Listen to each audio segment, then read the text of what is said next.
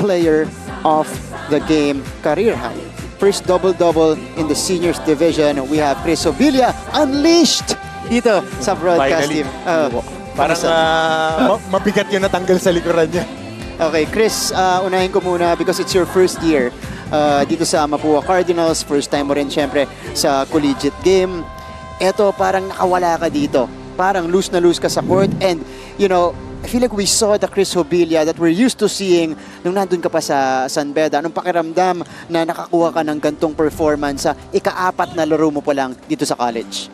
Nagpapasalamat ako sa Panginoon na binigyan ako ng magandang pangatawan sa pagising sa umaga. Nakaalmusal kami ng maayos. And ginagawa ko lang talaga yung binibigay na tiwala sa akin ng coaches ko na kahit nagkakamali ako na nandyan pa rin ako sa loob na binubus nila yung kumpiyansa ko na kaya mo yan, gawin mo lang yung best mo lagi. And yun nga, sabi ko, ito na yung inintay ko eh, nagpalipat-lipat ako kahit saan ako. Ngayon nakuha ko na din yung team na alam ko na magagamit yung talent ko. Oo, eto nga, nagagamit at nagpo-flourish ka para dito sa Mapua Cardinals. Bago kayo ipasa kay Coach Hammer, tanungin ko lang, Chris, anong pagkakaiba ng first 3 games mo? Because nakikita namin talaga nagta-transition, nag-a-adjust ka pa dito sa game. Kukumpara mo yan dito sa laban nyo against Letran. Siguro nung first game, parang yung gigil nandun, yung parang, ito na, sa akin na to eh. Parang nandito na ako, yung dating nag-residence pa, parang lalo pa na Araneta, yung kanyo na ito Samoa, parang tama. Nagigigil din ako talaga maglaro nun. Pero sabi ko nga, stay composed lang and ingatan ko yung foul ko and relax lang ako kasi alam ko darating talaga yung time ko. Okay. And speaking of darating yung time, Chris, ang ganda ng dinidepensa mo ngayon. Titignan ko, kasi ako tumitingin ako on the defensive side. Ang ganda nung kombinasyon nyo ni Mangubat, ni Recto, tsaka ni Clint, at tsaka ni Cuenco. Pagka kayong 5, nagsiswitch everything kayo. Kamusta yung mga ensayo nyo? Paano kayo nagpe-prepare na gano'n? Kasi yun yung bago sa team ninyo ngayon.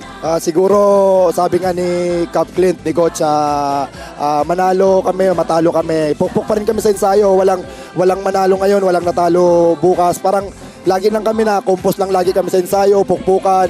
Hindi muna kami magkakaibigan pag nag-ensayo kami. Parang binibigay namin yung best namin. Yun, pag sa labas naman ng court, parang pag may pagkakamali ako, i-comfort nila ako na ito gagawin mo. Kasi as a rookie, dapat makinig ka din sa nakatanda sa'yo. Kasi doon ka matututo. Saka yung mga coaches ko, di naman nagsasawang magpaalala sa akin pag alam na nasosobrahan ako or alam na nagigigil na naman ako. Parang kino-comfort nila ako na relax lang.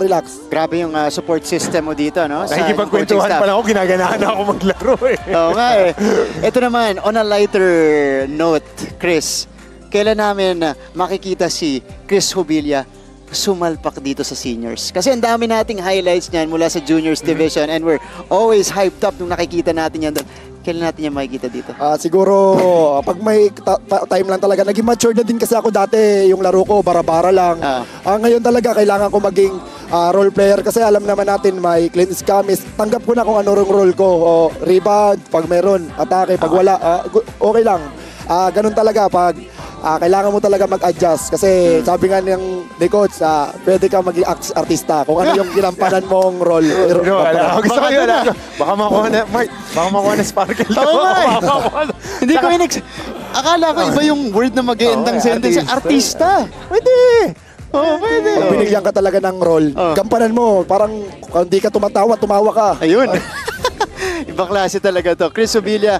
Chris, napakaraming nanonood. Siyempre, yung mga kamag-anak mo sa Sorsogon. Ayan, nanonood lahat yan. Pagkakataon mong batiin sila. Una, nagpapasalamat ako sa Panginoon na binigyan kami ng magandang umaga hanggang ngayon na parang andito kami, nakalaro kami ng maayos, wala na injury sa mga teammates ko. Binabati ko pala yung family ko sa Bulan Sorsogon, sa papa ko, sa lolo ko, sa mama ko na naglaho na, and sa girlfriend ko sa Cebu, si Julia Soco and family niya, and sa mga walang sawang nagsusuporta sa amin, kay Boss AA, sa mga alumni, sa Mapua Global, and sa lahat po ng coaches na walang sawang pagsuporta sa amin kahit na medyo makukulit ulo namin minsan. Nandiyan pa rin sila para alalayan kami, and yun nga, nagpapasalamat ako sa opportunity na binigay sa akin ni God kasi ito na, parang tatrabahuin ko na lang yung dating taga-probinsya nandito na. Shoutout sa kay Kagawad Yan. sa mga fans ng Mapua, sa mga community, sa One United. Salamat sa walang sawang pagsuporta. Sa mga teammates ko na laging nandyan para sa amin. Kung hindi dahil sa kanila, di ko din makakamtan to. Trabaho ulit tayo. Hanggang 12 lang yung celebration. Trabaho ulit tayo. Oh, yan na. Oh, di ba? Chris Jubilia, our best player of the game. Paus pa yan, ha?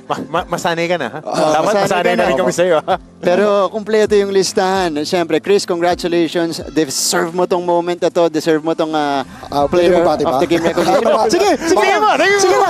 Pusin mo na! Galit yung kang ko eh. Yung Sige. mga kaibigan ko sa Zone 7 eh. Sa GP Jazz, sa barangay ko, salamat po. And sa kay Mami Arim sa walang pagsawang pagsuporta. Sa mga taga-Bulan, salamat kay Mama Annalyn, salamat po tita sa gulay na binigay mo sa amin. Salamat po. Yan. Oh, sana maambunan tayo ng gulay na yan. Kaya lagi Oh. mong gagalingan, ha? Para ganyan karami yung kapatid mo, ha? Papaunlakan ka namin. Chris, congratulations.